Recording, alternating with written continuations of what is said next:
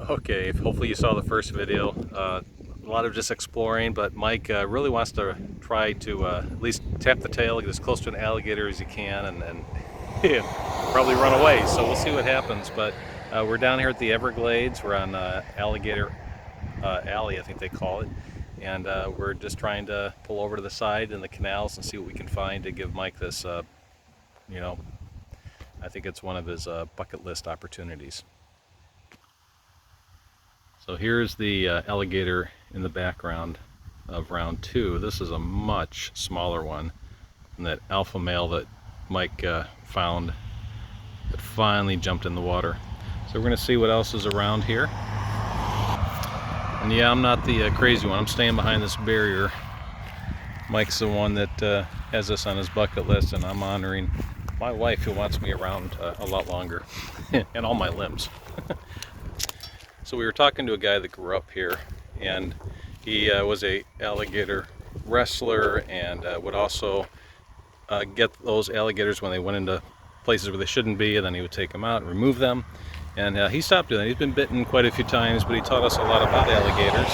And so Mike is going to apply some of this knowledge here that he learned if he gets a chance.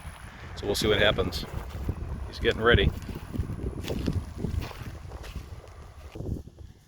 Another, larger one than the last one I just showed you when we started this tape.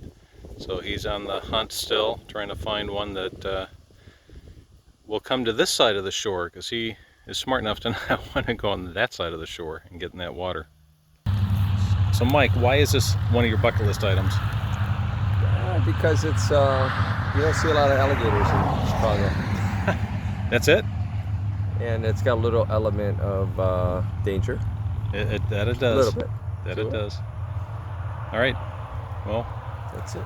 We'll see what happens. This is round 2. So alligator are really interesting creatures from what we learned. And they are intimidated by us. The larger you are, the less of a threat an alligator is to you. The smaller you are, for example, if you are in the water and they just see your head bobbing up because they're in the water like this, they think you're a coconut or something good to eat. They can just come and grab you. So if you are swimming and you're in the water, you see an alligator and you're just kind of hanging around, that's not a threat to them. But if you go under the water, all of a sudden they see how big you are, and that's a threat. A lot of activity in the water here, so it looks like the fish are running from something. Probably something's chasing them, maybe like an alligator, maybe they're just chasing little minnows. We don't know.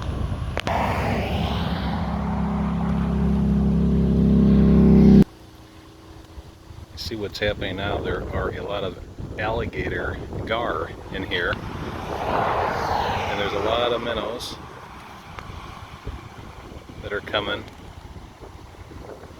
Hopefully you can pick this up if you look at the video. You can see the size of these alligator gar. But they're just feeding right now on a lot of little minnows. They're coming through this area as the water's flowing this direction. And it's just a nice place for them to feed and pick up a good dinner.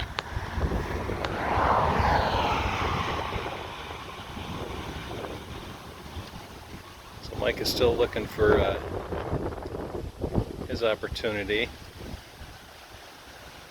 And while he's doing that, we're just taking some, giving you an idea what it's like here.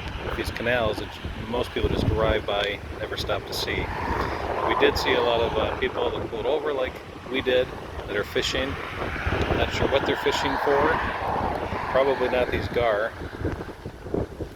I've caught those before, and they're not the easiest to deal with. So Mike's heading his way down this direction. I don't know what we're going to see, but we're going to probably cut this video off short just with what you've seen so far.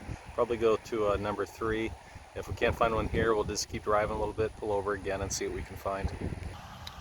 So beautiful wildlife around here if you just take the time to look. And around this area they have bear, panther, all sorts of exciting things that you could bump into if you're quiet enough.